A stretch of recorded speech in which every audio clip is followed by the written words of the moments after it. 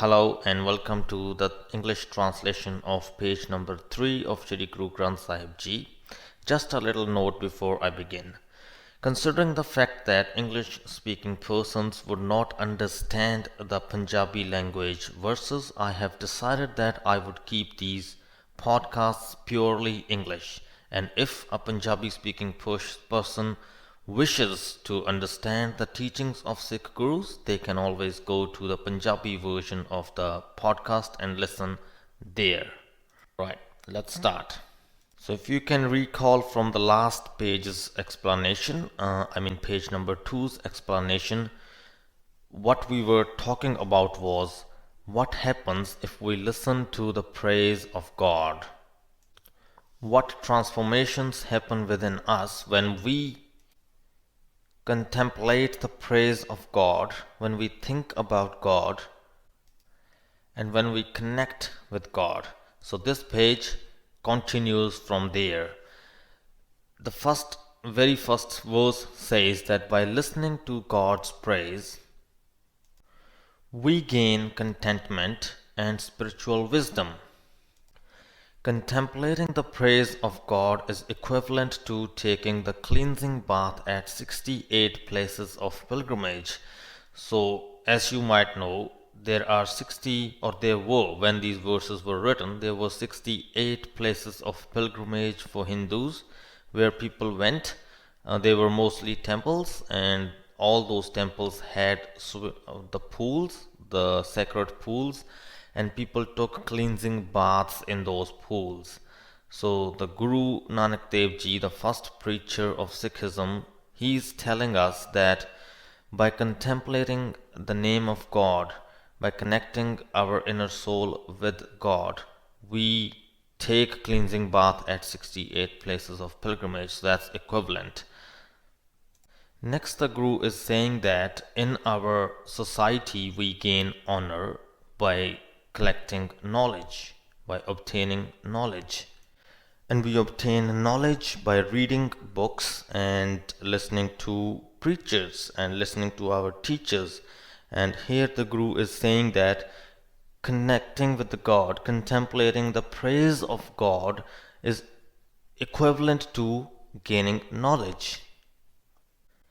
And we can obtain the same amount of honor with this method as well. And the next thing, listening to God's praise is equal to is meditation. So when we contemplate the praise of God, that process is equivalent to a silent meditation. O Nanak, the devotees of God are forever in bliss. Their pain and sins are erased by listening to God's praise. By listening to God's praise, a person dives deep into the ocean of virtue, the ocean of qualities. He or she obtain good qualities within themselves. By listening to God's praise, one achieves the high positions of sheikhs like religious scholars, spiritual teachers, and emperors. By listening to God's grace, even the blind can find the path of life, the true path of life. And by listening to God's praise, the unreachable comes within our grasp. O Nanak, the devotees of God are forever in bliss. By listening to God's praise, their pain and sins are erased. The next section or the next verses describe a person who has a firm belief in God. It describes how that person feels and what that person can achieve.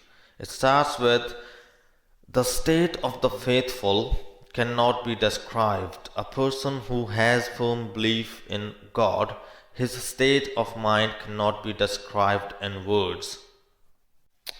Any person who tries to describe that state shall regret that attempt afterwards, because after a while he or she, the person who tries to describe that state, feels that this is beyond their expertise, beyond their knowledge. They cannot describe that state of mind. No paper, no pen, no scribe can record the state of the faithful. Such is the name of the Immaculate Lord. Only the person who has that faith in God comes to know such a state of mind. So if you don't have a firm belief in God, you cannot describe the state of mind of the faithful. But if you are a faithful, if you have a firm belief in God, you can understand and experience the state of bliss, the state of mind that you can achieve by believing in God. The faithful have intuitive awareness and intelligence. The faithful know about all worlds and realms. The faithful escapes the blows across his face. Now, these blows should be understood. In our lives, we come across numerous people, and not all of them would struck us, but some do. The blows here can be described as negative comments about ourselves. When someone talks negatively about us, either in front of us or at our back, we feel bad. That's the human nature, that we feel bad if someone talks bad about us or someone doesn't like us. But what the Guru is saying, that the person who has a firm belief in God, he achieves that state of mind where those negative comments do not affect him. And hence, he escapes the blows across his face. These are not physical blows, but the psychological ones. And the next sentence says that the faithful do not have to go with the messenger of death. It doesn't mean that the faithful doesn't die, but what it does mean is the messenger of God cannot affect him psychologically. When someone is about to die, there could be two states of mind. One is where the person is fearful and he is fearing that he's soon gonna leave this world. And the other is the person who accepts death as destiny. He understands that it has to come sooner or later. So he doesn't have any fears in his mind. That person, the second person, could be attributed to as being a faithful, as having a faith in the God and God's system of life and death. Such is the name of the Immaculate Lord. Only one who has faith comes to know such a state of mind. The path of the faithful shall never be blocked. Here the Guru is talking about the path of our life. During the course of one's life, a person might experience a lot of setbacks, and at those points of setbacks you need ideas. And the Guru is saying that the person who has a firm belief in God does not lack any ideas at those situations, and he clears the obstacles placed by life easily. And next, the Guru says that the faithful do not follow empty religious rituals. The true follower of God does not believe in one particular or specific set of rituals to please the God. Like every religion would have different sets of rituals. Some people believe in pilgrimage, like Islam, they believe in the Hajj. They believe that it is a duty of every Muslim to go to Mecca and Medina and visit the holy shrine or the holy place of Allah. Similarly, Hindus do believe in pilgrimage and having cleansing baths at different religious places. And the striking fact is that a follower of one particular religion believes that the rituals performed within that particular religion are good, are on the path of God, whereas the rituals suggested by other religions are not. They are sort of sinful. But the Guru is saying in this book, in the sixth holy book, is that A true follower of God does not believe in one particular set of rituals. He believes in the Immaculate Lord. He believes in the Supreme God,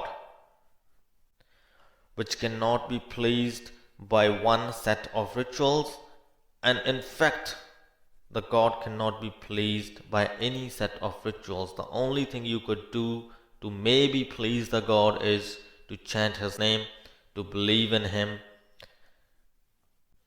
to sing the praises of God.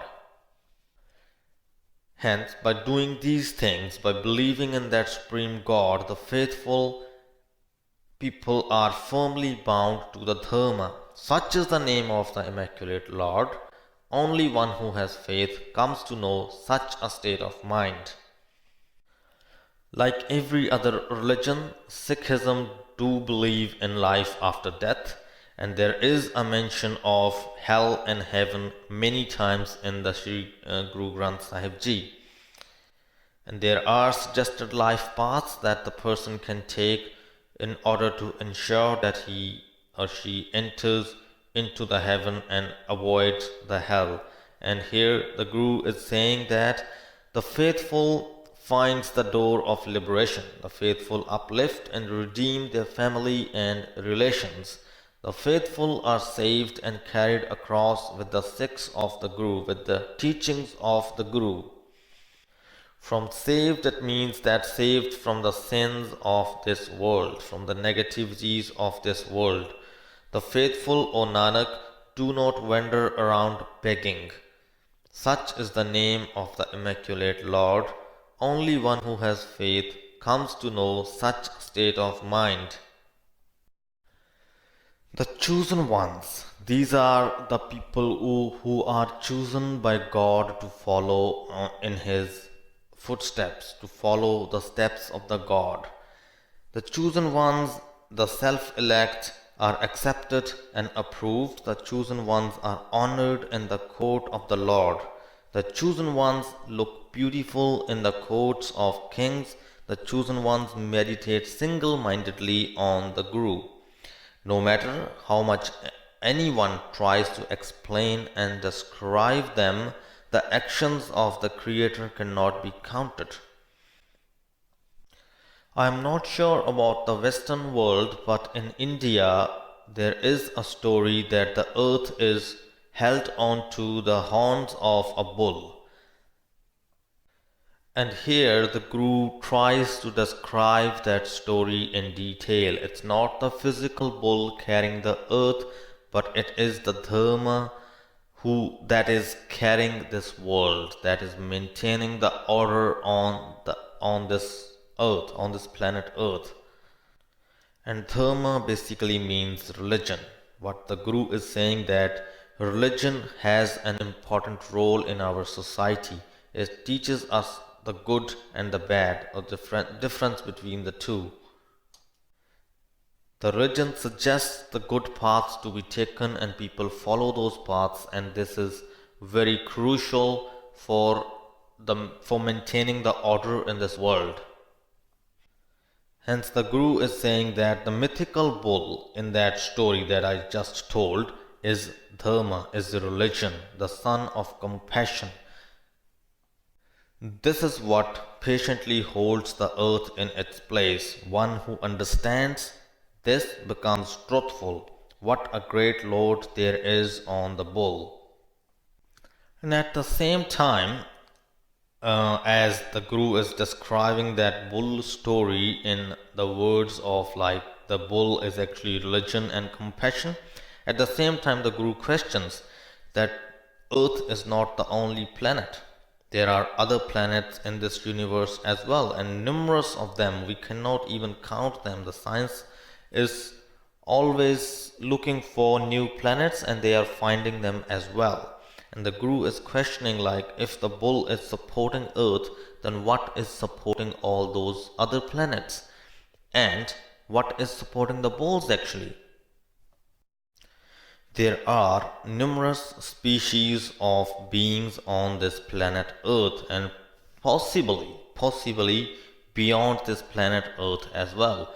The science has not been able to identify or find any other life beyond planet Earth, but we cannot deny the existence of one. And the Guru is saying that if all those people or all those species try to write the actions of the God, the powers of the God with an ever flowing pen, they would be unable to do that because the God is undescribable. The God is a fascinating power, a fascinating beauty, and it is a giver of unlimited gifts to all these species on the planet Earth. Just imagine, how can we describe that power that created all this universe, all the galaxies, planets, and stars, and the sun, and the life on this earth, numerous species of beings on this earth. Even if we try our best, we cannot describe that power anyhow. And then the Guru asks of himself, or probably the God itself, that how can your creative potency be described? I cannot even once be sacrificed to you. I mean, what kind of sacrifice can I do to please you? And then the Guru replies as well that whatever pleases you is the only good done. You, the eternal and formless one. And that's the end of the English translation of page 3 of Shri Guru Granth Sahib Ji. Do post your suggestions in the comment section. I would love to hear some feedback from you and improve on this podcast based on your suggestions and feedback. Thank you so much for listening to this. Do share and subscribe. Thanks a lot. Cheers.